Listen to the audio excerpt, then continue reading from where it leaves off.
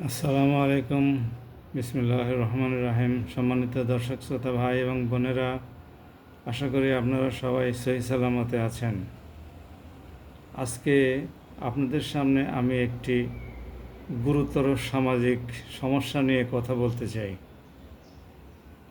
এবং এর সমাধানের দিকে আপনার আমার মতোই কিছু পরামর্শ থাকবে। বাংলাদেশ শিক্ষার হারের দিক থেকে বেশ দূর এগিয়েছে।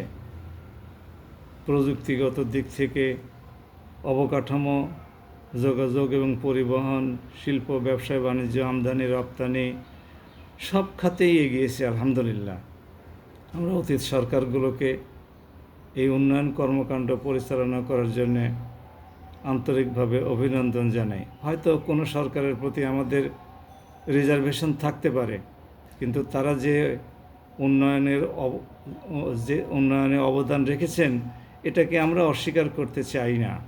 আমরা একাডেমিশিয়ান হিসেবে, বিবেকবান মানুষ হিসেবে কোনো সরকারের অবদানকেই অস্বীকার করতে চাই না। হয়তো বিরোধী রাজনৈতিক দল যারা অতীতে ছিলেন তারা সেই পূর্বেকার সরকারের, তাদের বিরোধী সরকারের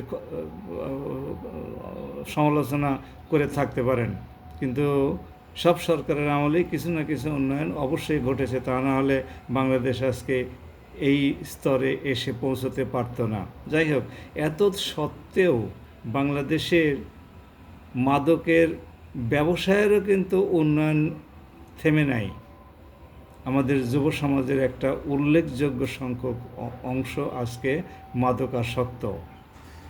যেমন শিক্ষিত ও ধনী পরিবারের সন্তানরা মাদকে আপ্লুত, ঠিক তেমনি মধ্যবিত্ত এবং দরিদ্র পরিবারের সন্তানরাও মাদকের প্রতি আসক্ত হয়ে পড়ছে। দেশে কর্মসংস্থানের পর্যাপ্ত সুযোগ সৃষ্টি না হওয়া এর একটা অন্যতম প্রধান কারণ। এছাড়াও পিতামাতার তরফ থেকে, পরিবারের তরফ থেকে তাদেরকে ধর্মীয় শিক্ষা দিতে ব্যর্থ হওয়াও মাদকাসক্তের আরেকটা কারণ। আরেকটা হলো বিদেশ থেকে অবাধে দেশে মাদকের আগমন ঘটছে, পাচার হয়ে আসছে। এটা আমাদের সীমান্তরক্ষী বাহিনী, বিজিবি, অতীতে বিডিআর, তারা ঠেকাতে ব্যর্থ হয়েছে। আমাদের ভারতের সাথে যে বিস্তীর্ণ এলাকা আছে, মায়ানমারের সাথে 216 বর্গ কিলোমিটার, 216 কিলোমিটার এরিয়া সীমান্ত আছে, সেখান দিয়েও প্রচুর পরিমাণে মাদক এদেশে আসতে পেরেছে। এখানে বিশেষ কোনো মহলের সহযোগিতা ছাড়া, পৃষ্ঠপোষকতা ছাড়া কোনো অবস্থাতেই চলতে পারার কথা নয়। এই সমস্ত কারণগুলোর দিকে আমাদের অবশ্যই সরকারের দৃষ্টি দিতে হবে। সরকারকে কঠোর ব্যবস্থা গ্রহণ করতে হবে। বর্তমানে দেশে নির্বাচিত সরকার আছে। এই নির্বাচিত সরকারের 77 জন জামাত এবং এনসিপির সদস্য। এর সাথে বিএনপির মধ্যেও শতাধিক এমপি আছেন যারা নেক টু নেক অনেস্ট। তারা এই মাদকের ব্যবসার সাথে সংশ্লিষ্টতা কোনো অবস্থাতে বরদাস্ত করেন না। তো এই এতগুলো এমপি যদি অবশিষ্ট যারা এর সাথে একটু সংশ্লিষ্টতা রাখেন বা আছে তাদের বিরুদ্ধে অবস্থান গ্রহণ করেন, তাহলে ওরা দুর্বল হয়ে যাবে।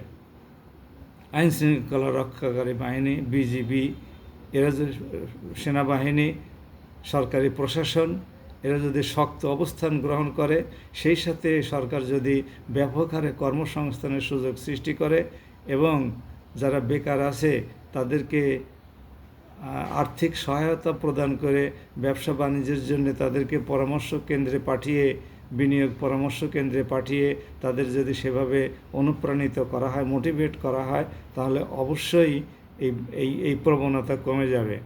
যারা ব্যবসা বাণিজ্য করে, চাকরি বাকরি করে, ভালো কর্মসংস্থানের সুযোগ আছে বা সেলফ এমপ্লয়েড, তারা কি মাদকের ব্যবসার সাথে জড়িত হয়? এই যে এটা যে অপরাধ, এটা যে পাপ, এতে মাদকাসক্ত অবস্থাতে মৃত্যুবরণ করলে তার তার মৃত্যু জাহেলিয়াতের মৃত্যুর মতো গণ্য হবে। এত কিছু জানার পরেও কি মানুষ শখ করে মাদকাসক্ত হয়ে পড়ে? এই সমস্ত কাজেই কর্মসংস্থানের সুযোগ যেমন সৃষ্টি করতে হবে, পিতামাতার তরফ থেকে কঠোর মনোভাব প্রদর্শন করতে হবে, শিক্ষা প্রতিষ্ঠানগুলোতে মাদকের ব্যবসার বিরুদ্ধে নৈতিকতা পূর্ণ শিক্ষার প্রচলন ঘটাতে হবে, দিতে হবে, কোর্স ইন্ট্রোডিউস করতে হবে। তেমনি সরকারি আইন শৃঙ্খলা রক্ষাকারী বাহিনী এবং সরকারকে এর বিরুদ্ধে কঠোর অবস্থান গ্রহণ করতে হবে। যারা মাদক পাচার করে তারা আমাদের ধারের কাছেই থাকে, প্রশাসনের নাকের ডগাতেই তারা করে। প্রশাসনের সাথে সহযোগিতাও তাদের যে একেবারে নাই এ কথা আমরা বলতে পারি না। কাজে প্রশাসনও মেহেরবানি করে যদি সচেতন হয় তাহলে পরে এই সমস্তগুলো কমে যাবে। আশা করি বাংলাদেশ সরকার এবং বর্তমান নির্বাচিত সরকারের এমপি সাহেবরা এ ব্যাপারে মনোযোগ দেবেন।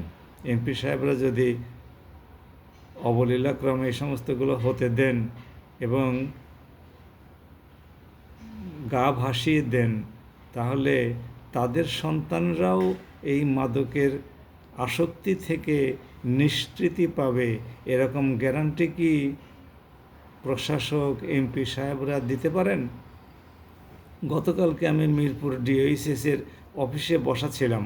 সেখানে একজন আর্মি অফিসার এসে আরেকজন ব্রিগেডিয়ার জেনারেলকে বলে যে আমার মেয়েটা আমার কথা শোনে না।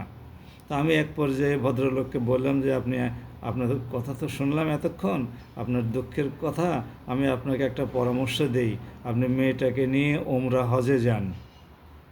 উনি বললেন যে ভাই ওমরা হজ করিয়েছি, ওমরা হজে গিয়ে তওয়াব করার পরে সে আর তওয়াব করতে চায় না, সে আর ইবাদত বন্দেগী করতে চায় না, কোনো সময় নামাজ পড়ে, কোনো সময় পড়ে না। এই চেষ্টাও করে দেখেছি। তখন আমি নিশ্চুপ হয়ে গেলাম যে একটা মেয়ে মানুষ, এমনিতে তার অন্তর নরম, তারপরে আল্লাহর ঘর দেখে আসার সৌভাগ্য তার হয়েছে বাপ মায়ের ঘরে থাকতেই। এরপরেও যদি মেয়েটির এই মোবাইল আসক্তি,